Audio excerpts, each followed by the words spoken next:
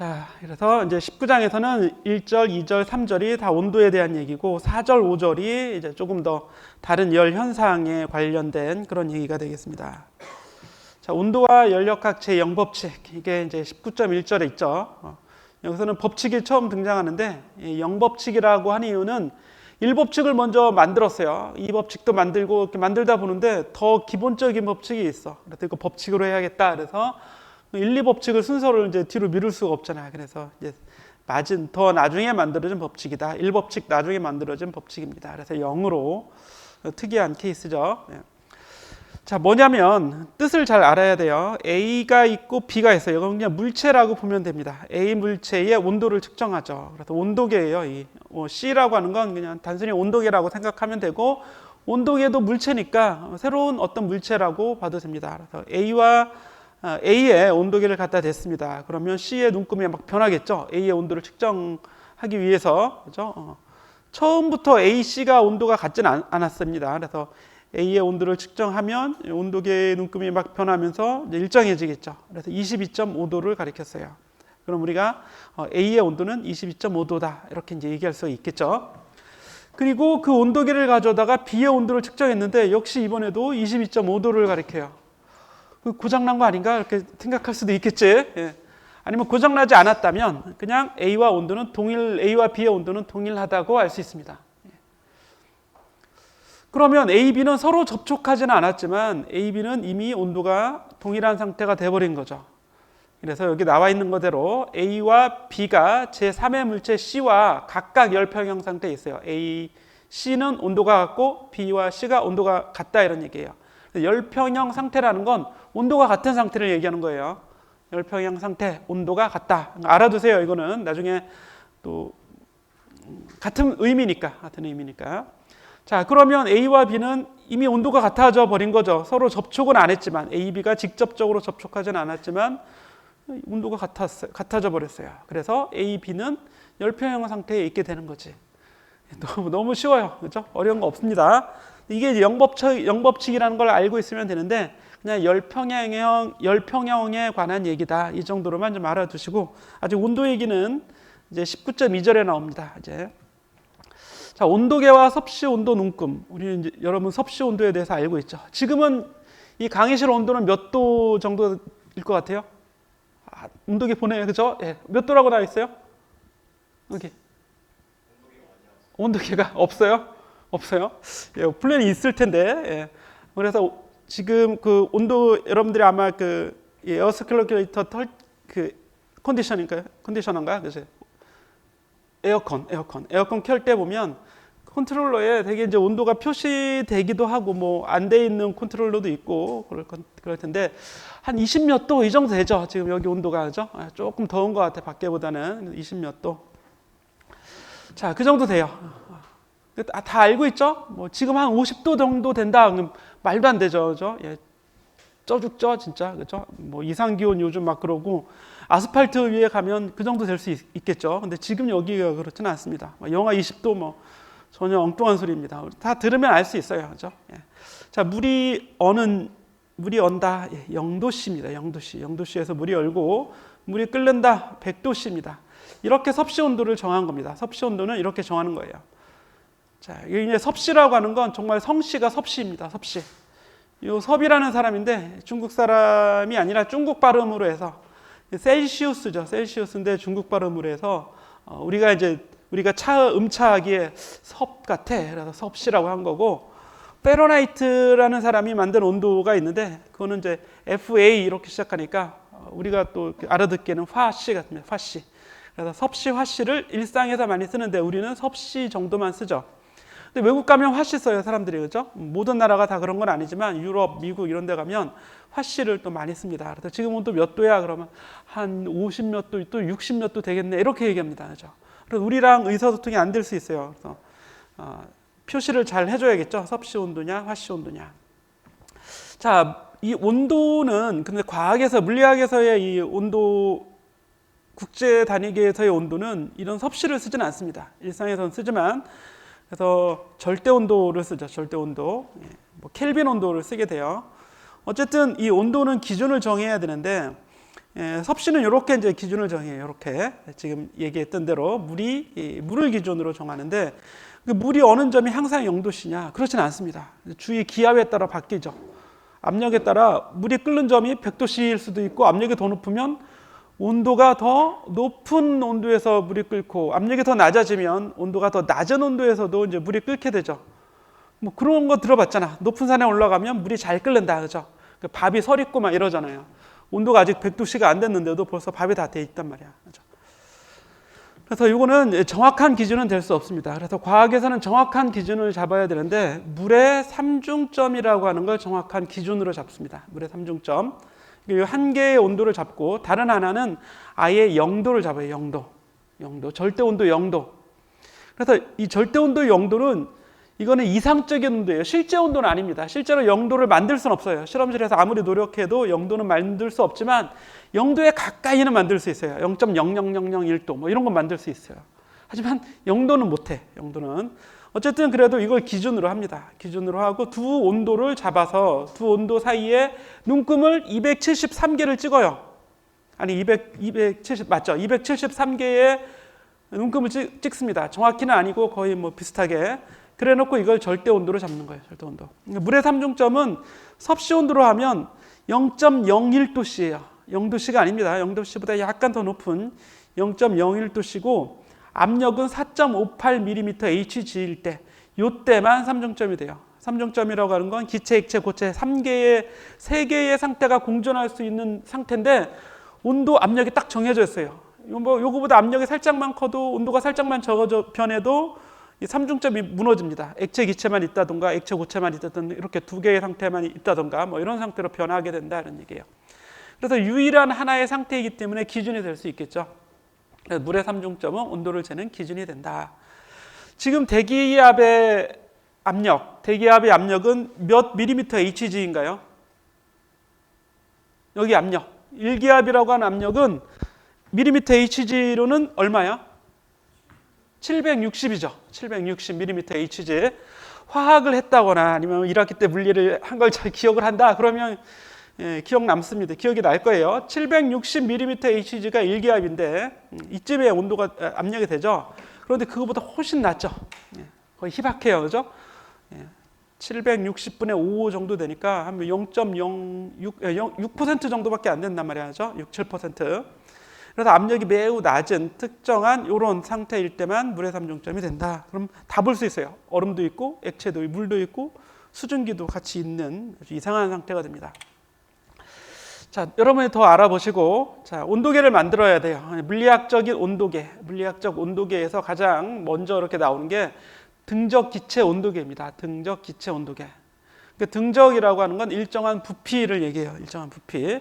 그래서 일정 부피 기체 온도계라고도 합니다. 이걸 가지고 온도를 잴 거다. 온도계라는 얘기입니다.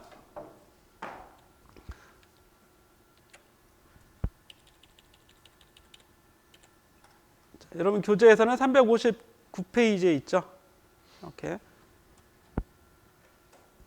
여기 있는데 여기 기체가 들어 있어요. 그렇죠? 색깔도 보이네요. 그렇죠? 기체가 들어 있고 이렇게 관이 있고 여기는 이제 움직일 수 있게 고무호스로 이렇게 돼 있고 여기는 다시 뭔가를 담을 수 있게 유리관으로 이렇게 돼 있어요. 그런데 기체는 빨간색으로 되어 있고 여기는 뭔가 있는 것, 여기도 기체가 있는 것 같죠? 예. 이렇게 하면 안 돼요. 그죠? 경계가 없어야 돼요. 그냥 다 한 가지 기체입니다. 아마 이거 편집하는 사람이 그래픽 편집하는 사람이 여기 뭐가 있고 여기 뭐가 없는가 보다 이렇게 잘못 알고 있는데 다 하나의 기체가 되겠죠? 그죠? 순수한 기체입니다. 뭐 산소면 산소, 뭐 질소면 질소 이렇게 기체가 다 들어있어요. 색깔을 여기까지 다 칠하는 것도 좋을 것 같습니다. 근데 밖에는 아예 열려 있어요. 대기에 열려 있는 거고 여기 수은이 이렇게 들어가 있습니다. 자, 그러면 부피, 어떤 부피를 재서 여기까지 이렇게 여기까지 부피를 쟀다고 합시다. 그러면 여기 높이하고 여기 높이는 높이차 H만큼의 높이차가 있죠. 그래서 H만큼의 높이차를 우리는 기압력으로 바꿀 수 있어요. 압력. 내가 글씨를 쓰기가 되게 어려워요. 여기에서는. 마우스로 써야 돼서 그래서 기호로 많이 표시를 하겠습니다. 압력은 프레셔로 이제 P로 표시합니다. 그래서 H로부터 P를 알 수 있죠. 이거 아마 유체 공부했다면 로, G, H 이런 공식으로 공부했었을 거예요. 그래서 이 높이 차로부터 압력을 구할 수 있다. 그런데 결국 그럼 이건 압력계라는 얘기죠. 압력계, 그죠? 압력계입니다.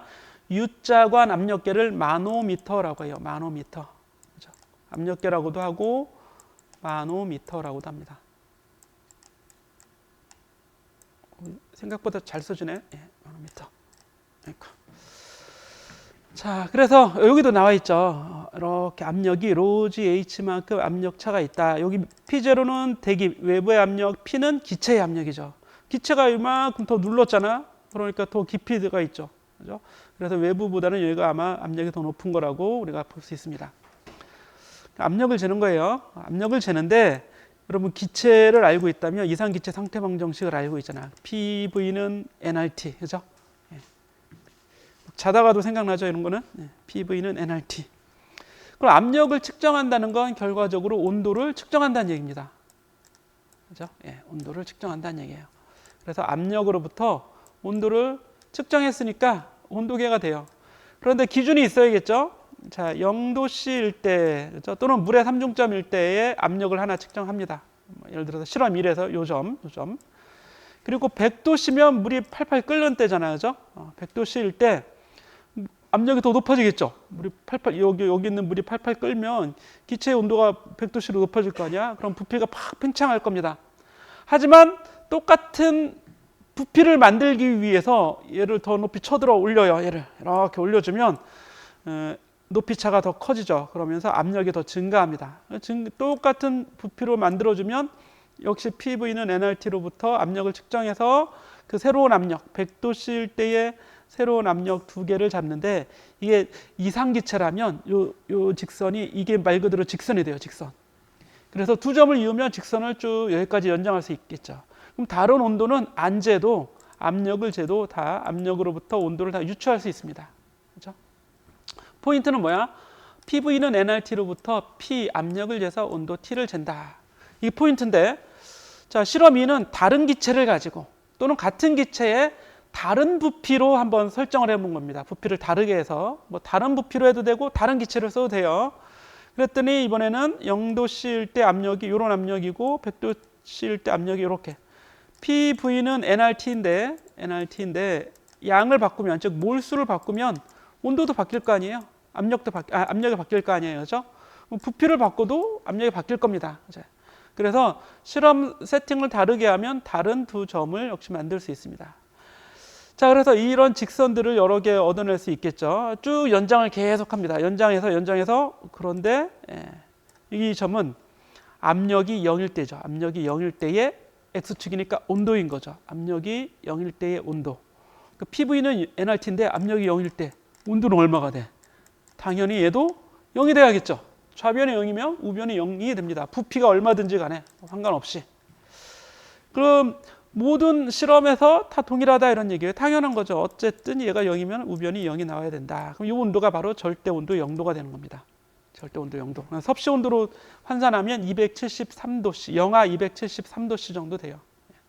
궁극의 온도죠. 궁극의 온도. 더 줄일 수는 없잖아요. 압력이 0 이하로 압력을 줄일 수는 없잖아요. 그죠? 그러니까 압력이 0이라는 얘기는 또 뭐냐? 압력이 0이라는 얘기는 뭐냐? 자, 압력은 왜 생겨나냐면 우리 이 용기 안에 그릇 안에 기체를 넣으면 기체 분자들이 이 안에 있는 거죠. 그죠? 기체 분자들이 있는데 분자들이 온도가 있으면 분자들이 가만히 있지 못하고 운동합니다. 그렇죠?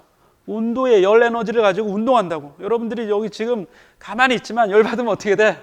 막 뛰쳐나가잖아. 그렇죠? 그런 것처럼 기체 분자들도 서로 막 충돌하는 거야. 막 충돌합니다. 우리가 보기에는 아주 고요한 공기잖아. 근데 여기서 이 안에 있는 분자들이 수없이 서로 충돌하고 있다 이런 얘기예요. 근데 전체적으로 그냥 평균적으로 가만히 있는 것처럼 보일 뿐이에요. 그런데 실제로는 벽에도 충돌하고 자기네들끼리 충돌하죠. 그럼 충돌하면 힘을 가합니다. 그래서 벽에 충돌할 때마다 가하는 이 힘을 압력으로 환산하는 거죠. 그렇죠? 힘이 곧 압력이 되니까요. 그런데 얘네들의 운동이 멈추면, 속도가 멈추면 정지예요. 정지면 벽을 안 때릴 거 아니야. 가만히 있을 테니까. 그렇죠? 지금 누구도 벽에 손대지 않잖아요. 그렇죠? 그럼 벽이 느끼는 힘은 없겠죠. 그때가 바로 압력이 0인 때입니다. 그러니까 압력이 0이라는 얘기는 분자들의 움직임이 멈춰 있다 이런 얘기입니다. 그러니까 이런 게 있을 수 있어요. 자연 상태에서는 있을 수 없습니다. 자연 상태에서는 절대 온도가 0도인 건 있을 수 없어요. 있을 수도 없고 만들 수도 없고.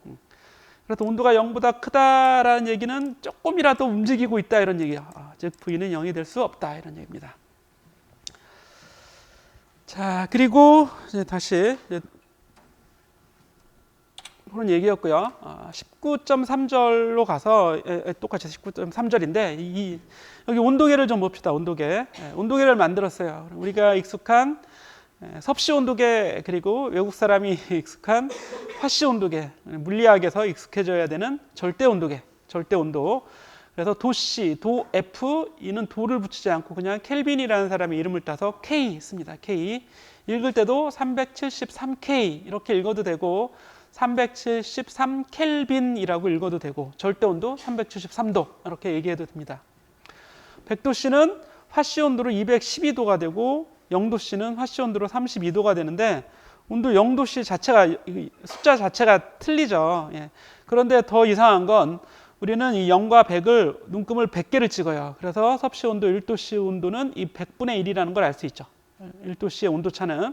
그런데 이 화씨는 얘는 조금 더 세심해. 그래서 180개로 눈금을 나눠 놓습니다. 그럼 얘는 1도 차이가 섭씨 온도 1도 차이보다 더 적은 거죠. 그죠? 더 촘촘히 찍었으니까. 그런데 절대 온도는 섭씨 온도하고 온도 차는 똑같아요. 온도 차이는 이 눈금은 똑같습니다. 100개로 나눠 놓는 거예요.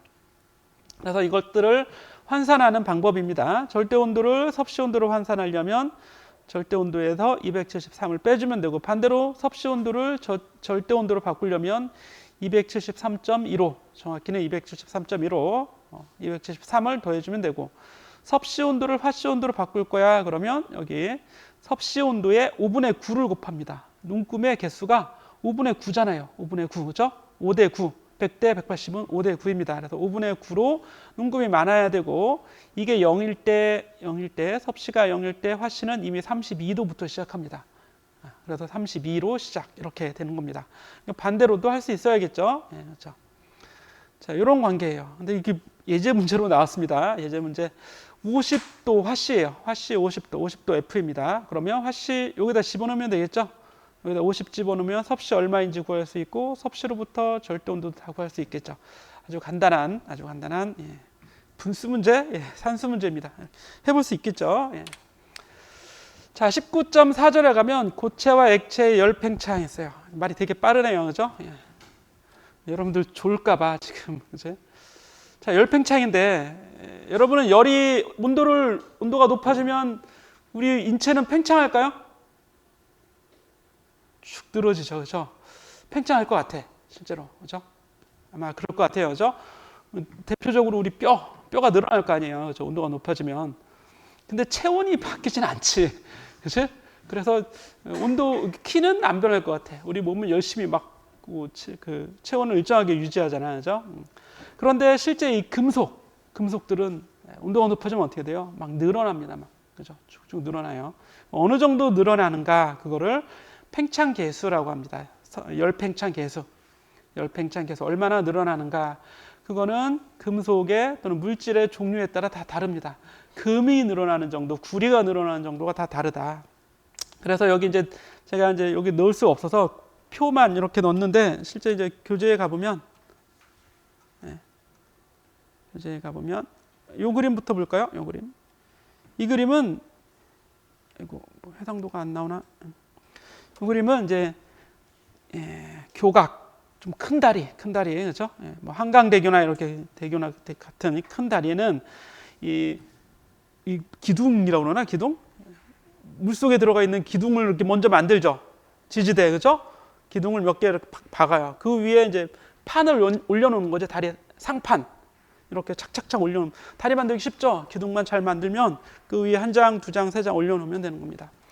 근데 이 겨울에 다리를 만들게 되면 다리를 이제 빈틈없게 착착 만들면 여름에 어떻게 돼? 이게 늘어나서 어떻게 돼요?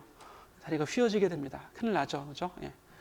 그래서 겨울에 다리를 만들 때는 이 틈새를 미리 만들어놔요. 여름에 온도가 한 50도씨까지 높아질 테니까 그때까지 늘어날 정도를 미리 계산해서 틈새를 만들어 두고, 여름에 엄청나게 뜨거울 때 다리를 만들 때는 겨울에 수축할 거를 뭐 굳이 생각할 필요 없죠. 더 온도가 올라가지 않는다면 여름에 만들 때는 딱딱 붙여야겠죠.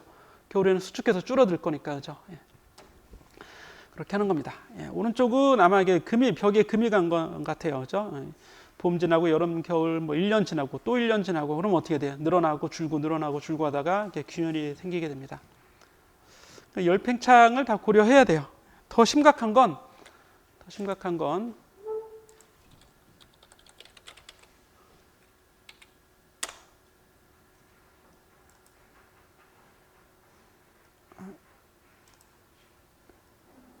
다리도 심각한데 철로, 그죠? 철로 열팽창 해보면, 물리를 잘못하는 사람이 다리 만들었다 이 꼴 나는 거지, 그죠? 이거 다 휘었어요. 이거 다 휘었죠? 굳이 뭐 물리라기보다는 상식이 없는 사람들이 하는 짓이죠. 그래서 철로도 이렇게 틈을 만들어야 돼요. 틈을 만들면 기차가 가다가 덜컹덜컹 거립니다. 다리에서도 그렇죠. 덜컹덜컹 거리죠. 겨울에 심하고 여름에 좀 괜찮고.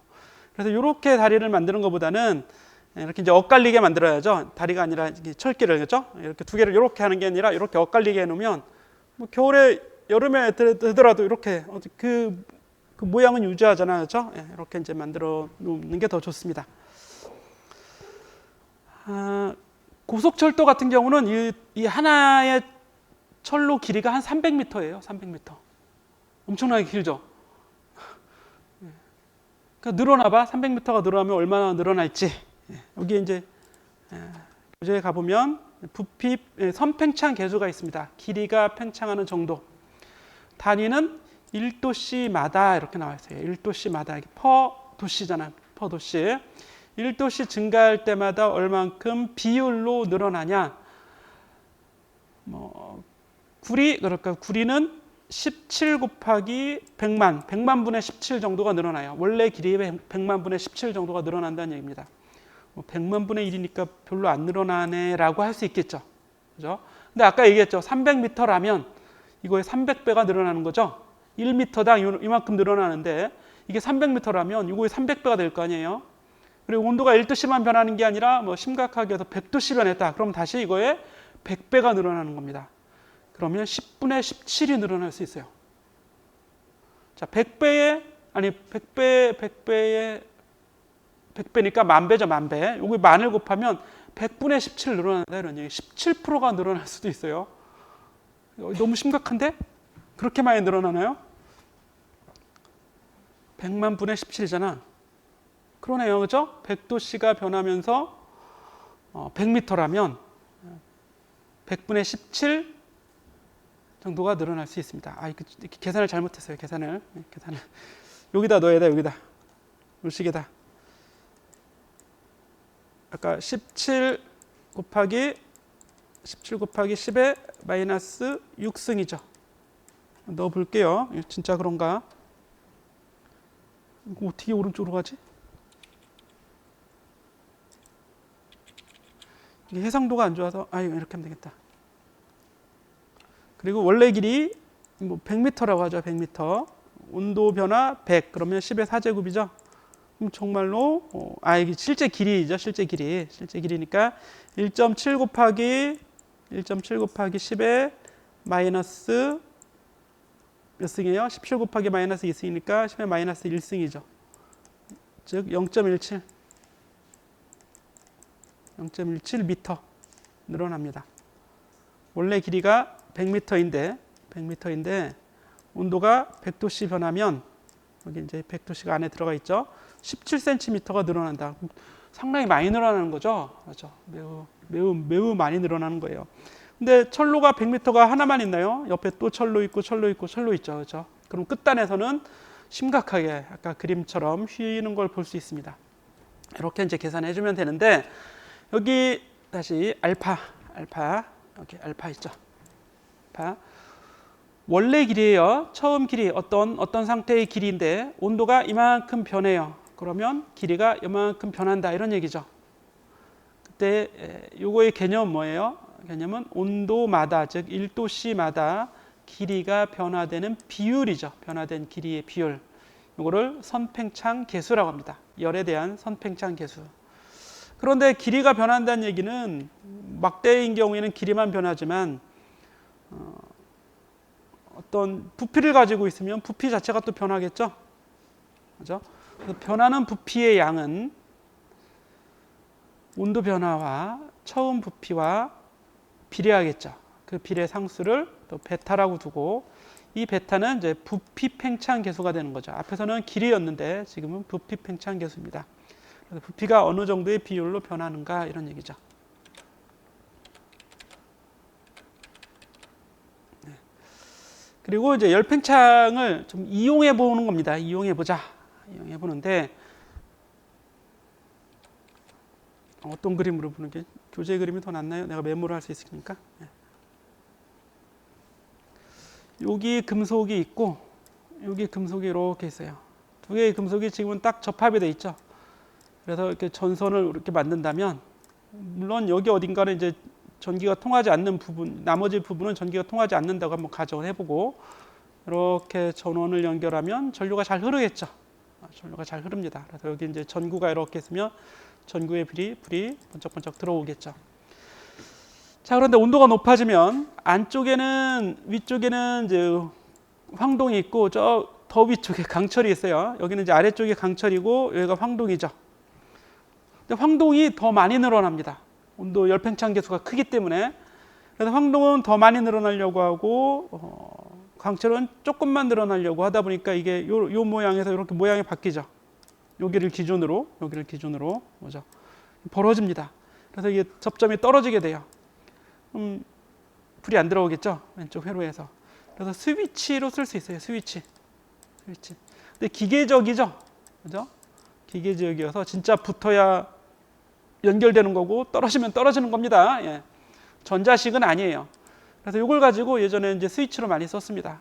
물 끓이는 주전자, 전기 주전자, 그죠? 100도씨 정도 되면 물이 펄펄 끓으면 전기가 안 들어옵니다. 그죠? 요 스위치, 바이메탈이죠. 금속 두 개, 금속 두 개로 만들었다고 해서 바이메탈이라고 합니다. 스위치로 많이 쓰이는 이런 정도 이용할 수 있고, 뭐 다른 아이디어 내면 이런 거 가지고 또 다른 데 쓸 수도 있겠죠. 예. 자, 그렇습니다. 그런데 여기 보시면 중요한 게 있습니다. 이 베타, 열팽창에 관한 부피 팽창 계수는 선팽창 계수 알파의 약 3배예요. 정확히는 아니고 근사적으로 약 3배 정도가 됩니다. 왜 그런지 증명하는 증명 과정이 이렇게 있습니다. 여러분들이 뭐 완전 제곱식 이런 거 해봤다면 충분히 해볼 수 있을 거예요. 자, 뭐 대충 이렇게만 그냥 알아둬도 돼요. 부피 팽창은 3차원이니까 길이죠. 그래서 한 3배 된다. 본래는 이제 정확하게는 아니지만 근사적으로 3배 정도 이렇게 봐도 되겠습니다. 면적도 만약에 내가 고려를 한다. 그럼 면적은 원래 면적은 가로 세로죠. 그죠? 가로 세로니까 2차원이죠. 2배 이렇게 이 정도 된다. 근사적으로 이렇게 생각하면 되겠습니다. 뭐 정확한 건 여러분들이 한번 증명을 해보시고 예제 문제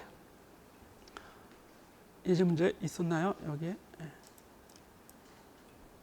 예제 문제 풀어보세요. 그죠? 직접 풀어보세요. 직접. 시간에는 하진 않겠습니다. 해야겠네. 여기 있으니까. 안 하려고 했는데.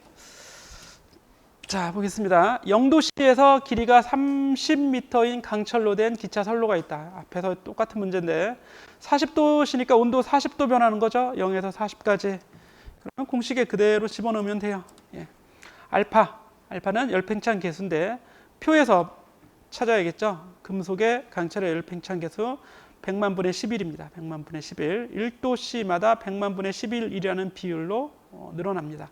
원래의 길이는 30m. 30, 온도 변화는 40 그대로 곱하면 되죠. 0.013m, 13cm네요. 그렇죠? 앞에서는 17cm였는데 그렇죠? 새로운 길이는 원래 길이에 늘어난 길이 이렇게 되겠죠. 어려운 게 있진 않습니다. 그렇죠? 예, 이걸 어렵다고 하면 안 되고 여러분이 봐도 아직은 쉽다, 할 만하다 이렇게 할 거예요. 예. 잠시 쉬었다가 우리 이제 조금 그래도 이제 차이가 있어요. 그죠? 고등학교 때 했던 사람, 안 했던 사람, 이상기체에 대해서 공부했던 사람은 이게 쉽고, 화학, 물리에 열심히 했던 사람은 쉬운데, 처음 보는 사람은 어려워요. 그죠? 이제부터. 자, 10분 쉬었다가 19.5절 해보도록 하겠습니다. 다음 시간에는 연습을 좀 할 거예요. 자, 쉬세요. 46분에 시작하죠.